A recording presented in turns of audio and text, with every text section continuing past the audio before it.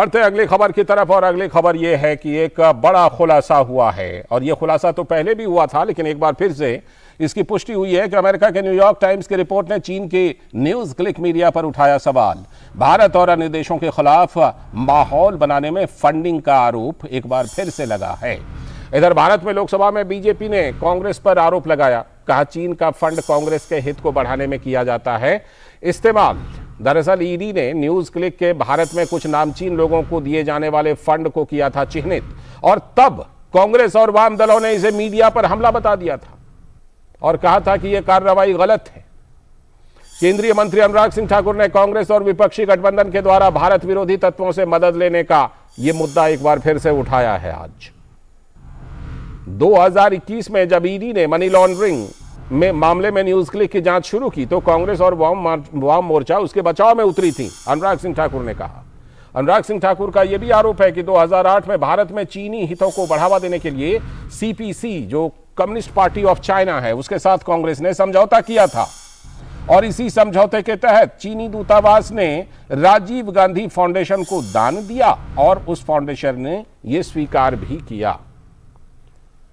तो पीएम मोदी के विरोध में अभियान चला रहे कुछ सोशल मीडिया अकाउंट को भी चीनी न्यूज क्लिक से मदद मिली थी। ये बातें अब खुल करके सामने आ रही हैं और जब उस समय कार्रवाई हुई थी तो ईडी ने तब न्यूज क्लिक के खिलाफ कार्रवाई करते हुए इस पूरे मामले में 9.5 करोड़ रुपए की मनी लॉन्ड्रिंग का पता लगाया था। और अब न्यूयॉर्क टाइम्स की रिपोर्ट के बाद भारत में इस मुद्दे को लेकर राजनीतिक हलचल तेज हो गई है और बीजेपी और कांग्रेस आमने सामने हैं। तो ऐसे में एक बड़ा सवाल उठ रहा है और वो बड़ा सवाल ये है कि भारत के खिलाफ माहौल बनाने के लिए ये फंड क्यों आते हैं और इसका फायदा आखिरकार किन्हें मिल रहा है। आइए सुनते हैं इस पूरे मामले पर केंद्रीय मंत्री अनुराग सिंह ठाकुर ने क्या कहा।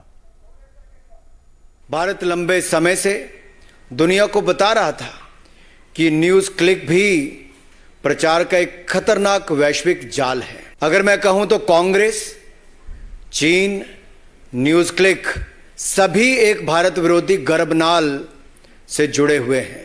राहुल जी की नकली मोहब्बत की दुकान में चीनी सामान ये साफ नजर आने लगा है।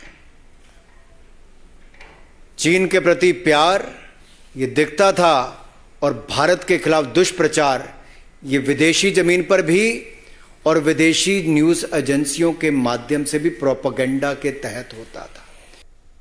और लोकसभा में बीजेपी के सांसद निशिकांत दुबे ने भी इस मामले को लेकर कांग्रेस पर गंभीर आरोप लगाए। जितनी भी चाइना ने फंडिंग की है जांच की जाए और जितने लोग हैं उनको सलाखों पर डाला जाए और कांग्रेस पार्टी को कांग्रेस पार्टी को बैन किया जाए चुनाव लड़ने से। ये आपके माध्यम से भारत सरकार से मांग कर सीधे जुड़ते हैं अपने संवाददाता शैलेंद्र मिश्र के साथ इस खबर पर। शैलेंद्र, अच्छी तरह से हमें याद है जिस समय न्यूज क्लिक पर कार्रवाई हुई थी कुछ तथाकथित चैंपियन पत्रकार, कुछ बुद्धिजीवी उससे जुड़े हुए हैं। उस समय बड़ा विरोध हुआ था, बहुत रोना रोया गया था आजादी और अभिव्यक्ति की आजादी की, मीडिया पर हमले की।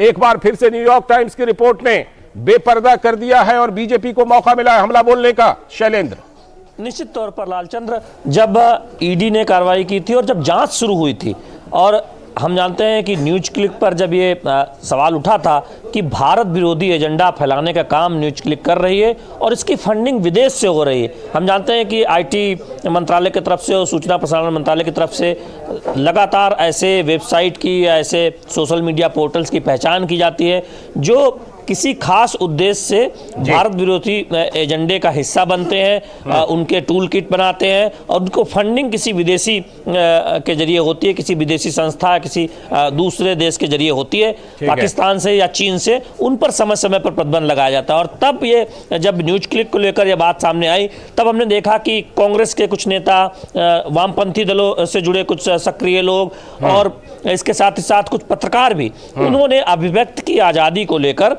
ये सवाल उठाया था कि इस तरह की कार्रवाई उचित नहीं है। अब जब विदेशी मीडिया ने एक पूरा ट्रेल छापा है कि कैसे चीन से एक आर्थिक मदद फंड मिला था और एक व्यक्ति का नाम लिया गया कि उसे फंड किया गया। वो व्यक्ति जो सिंघम नाम से उसके अंत में सिंघम है, वो इस न्यूज क्लिक को फंड करता है। तो पूरी एक ट्रेल। और दूसरी बात यह है कि इसका भी जिक्र किया गया है कि एक जो समझौता हुआ था कांग्रेस पार्टी से, कांग्रेस पार्टी और चीन में हम जानते हैं कि एक समझौता हुआ था, उस पर भी बीजेपी सवाल उठाती रही। तो अब पीछे का इतिहास बताया जा रहा है कि देखिए, जब डोकलाम हुआ था तब राहुल गांधी चीन के वरिष्ठ अधिकारियों से मिल रहे थे। इसके बाद विदेश जाते हैं कैम्ब्रिज में, तो चीन की तारीफ करते हैं। तो आखिर ये रिश्ता क्या है, ये सवाल उठा रही है बीजेपी कांग्रेस पार्टी पर और राहुल गांधी पर। जी, और इसी का विस्तार से अनुराग सिंह ठाकुर ने जो ट्वीट किया था वो हम अपने टेलीविजन स्क्रीन पर अपने दर्शकों को दिखा भी रहे थे। बहुत बहुत शुक्रिया शैलेंद्र, जुड़ने के लिए। समय की कमी है। ये ट्वीट एक बार फिर से आप देख रहे हैं। द न्यूयॉर्क टाइम्स जैसे अखबार भी अब स्वीकार कर रहे हैं कि नेविल रॉय सिंघम और उनका न्यूज़ क्लिक चीन की कम्युनिस्ट पार्टी सीपीसी के खतरनाक उपकरण है और दुनिया भर में चीन के राजनीतिक एजेंडे को बढ़ावा दे रहे हैं। एनवाईटी से बहुत पहले भारत लंबे समय से दुनिया को बताता रहा है कि न्यूज़ क्लिक चीनी प्रचार का एक खतरनाक वैश्विक जाल है। समान विचारधारा वाली ताकतों द्वारा समर्थित नेविल एक संदिग्ध भारत विरोधी एजेंडे को आगे बढ़ा रहा है।